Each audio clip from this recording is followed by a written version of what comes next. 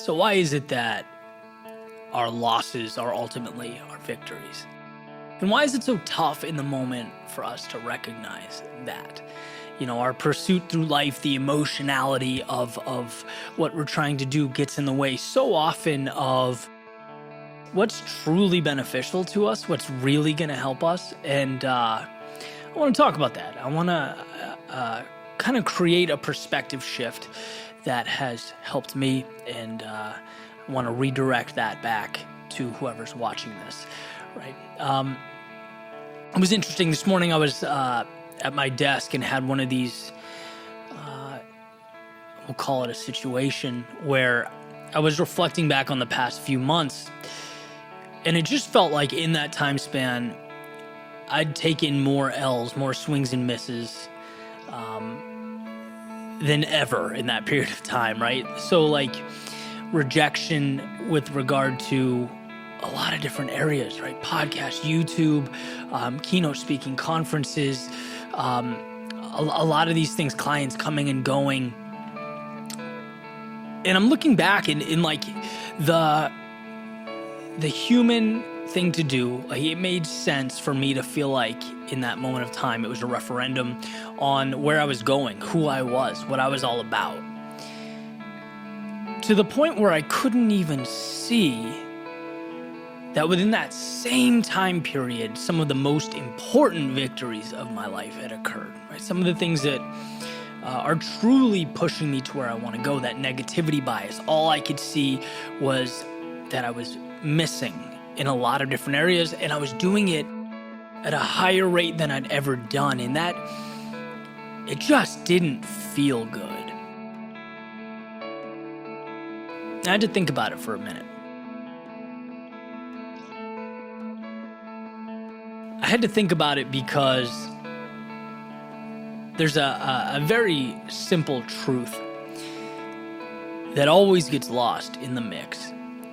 And it's the idea that what we need most is the thing that we're most inclined to shy away from. A lot.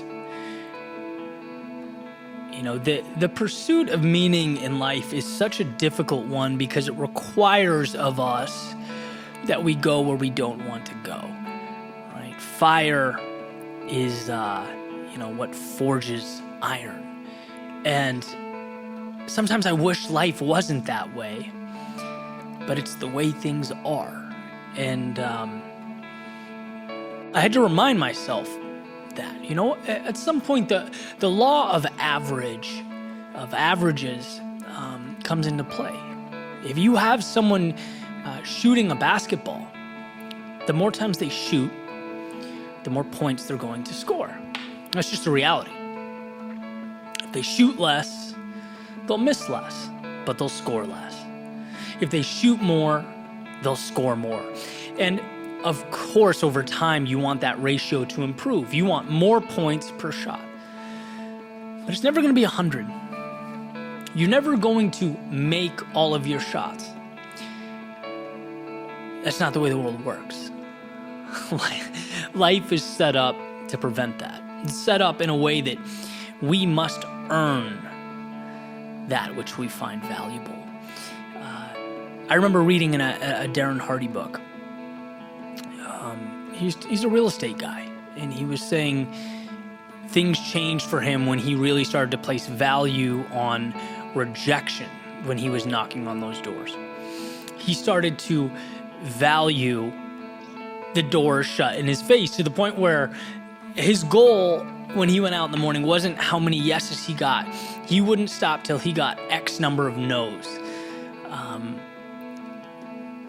And that was an epiphany for me. That was like reading that was a very valuable thing, because you see that, one, obviously amidst the no's are the yeses, right? You sift through the rejection and the negativity and the doors closing in your face to find the one that opens. But also, and I think this is what's most important,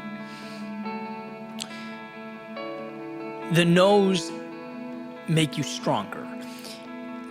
They make you realize that there's value there, that they're not defining. And then it's not something that you just learn to live with. No, it's something you need. You need to take more shots. You need to knock on more doors. Because what's more dangerous than someone who isn't afraid of failure? Someone who's emotionally detached from, life's closing of doors in your face. There's nothing more powerful than someone who doesn't see that as defining, but sees it as a stepping stone. Right? There's this idea, and I've talked about this in the past, that we see losing as this sort of outside circumstance directed towards us or inflicted upon us. Like it's raining, right? Like we can't do anything about the weather. Well, we talk about losing the same way. It's like, yeah, we lost. I was defeated. Well, one of the most important things to remember is the outside world can't tell you when to stop. They can present challenges.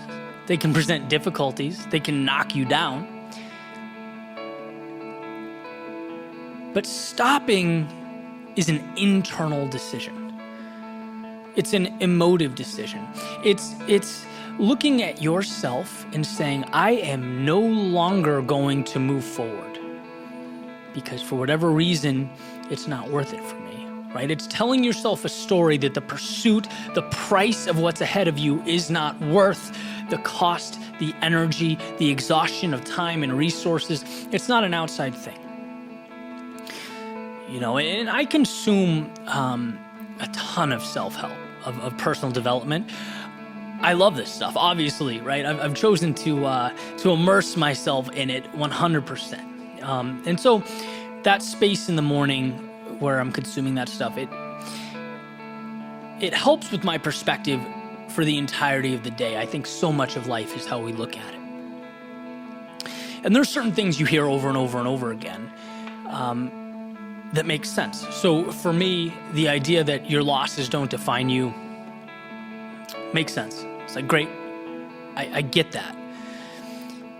Understanding it is very different than living it. And when I find myself sort of amidst that storm in life, I need to redefine it, re-explain it, so that I get it again, so that it becomes real to me.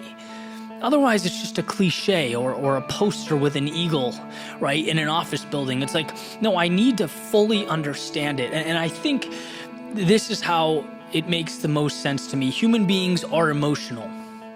We're emotional creatures. We're not practical creatures. And in many ways, that's a beautiful thing. But in a lot of ways, it's detrimental. It's detrimental because when things happen that aren't great, emotively, it's hard. It changes the way we see ourselves. It makes us feel bad, right? And so it's something that we want to move away from, when in reality, that emotion is just a mask on the truth. It's like, I'll use another rain metaphor. I'm here in South Florida in the summer. Every afternoon it rains, right? And that emotion is like that cloud coming over that when you're underneath it is sometimes scary. It's intimidating. It consumes you. It feels like everything. And then you realize that in 20 minutes, it's going to be gone. The sun's going to be shining and life is going to be just as great, if not better, than it ever was, right? But we have to let that pass. There's never been a moment where I feel like the emotional decision was the right one. Emotion is reaction, and it needs to be harnessed, right? The pragmatic brain is what reminds us that, yeah, they make us feel bad in the moment, but as counterintuitive as it is, we need them. They are stepping stones, right? They're not losses, they are lessons. They're not a referendum on who you are. They're a redrawing of a map to show you where you need to be. I did my TEDx talk on a very similar idea that those things that are so painful in the moment, that destroy us, that feel like the world's ending, often plant a seed to something so beautiful, so incredible, to what we needed but didn't know how to get to. You know, for me, like finding myself in a job or a role, a career path that I felt was not where I wanted to be, that didn't energize me, that I didn't feel like I was adding value, felt like a dead end. Right? But ultimately, it helped create something incredible for me. It helped me realize, hey, this isn't where you need to be, so you need to find where you are. Sometimes you have to realize where you don't want to go before you can take steps towards where you need to go. That loss ended up being a win, right? Or starting a YouTube channel and spending a year creating these videos and getting no validation, getting nothing back. And it's like another dead end, a referendum on you. You're not good enough. This isn't where you should be. You shouldn't have quit. You shouldn't have left that world. You should be right back there. Well, it helps you realize that that's not the case, that you have to go through that valley of despair before you can find any type of fulfillment, right? It's like you have to be vulnerable and dance before that metaphorical music plays before you can be triumphant in any capacity, right? Or, you know, a couple of years later, my personal life falling apart and just feeling like, again, another dead end, another loss, another self-defining moment, or so I thought. Or was it a chance to start over, right? To put, you know, your world in a trailer and go down the coast and rebuild, and this time differently. And that was another door that opened. And these are big things. Imagine the little things that you can put, you know, as they arrive, these losses, these setbacks, put them in this bucket, hold on to them, and then make them something new. That's what I needed to remind myself this morning. All of these things that I'm looking at with sort of this negative viewpoint, I can't forget what they're helping me build. Because the emotional brain was overriding everything.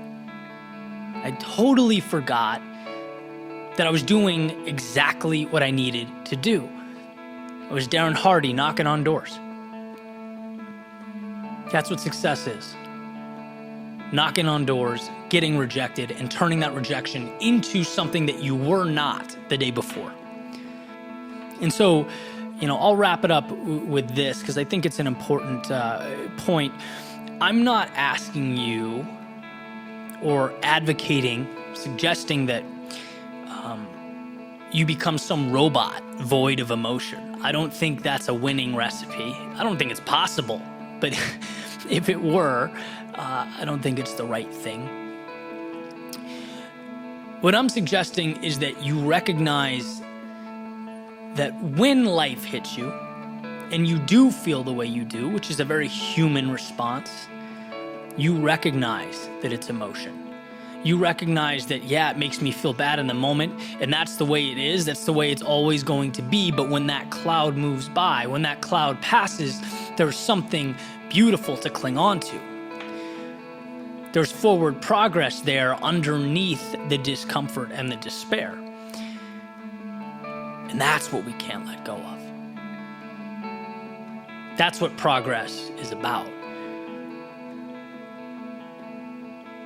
Those stopping points, those checkpoints, where so many people look to their left and right and go, I've lost. Oh, this is too much. Oh, this means I'm not good enough. And they turn around.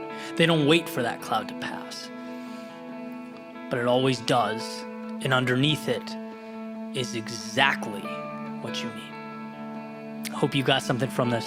I'll see you next time.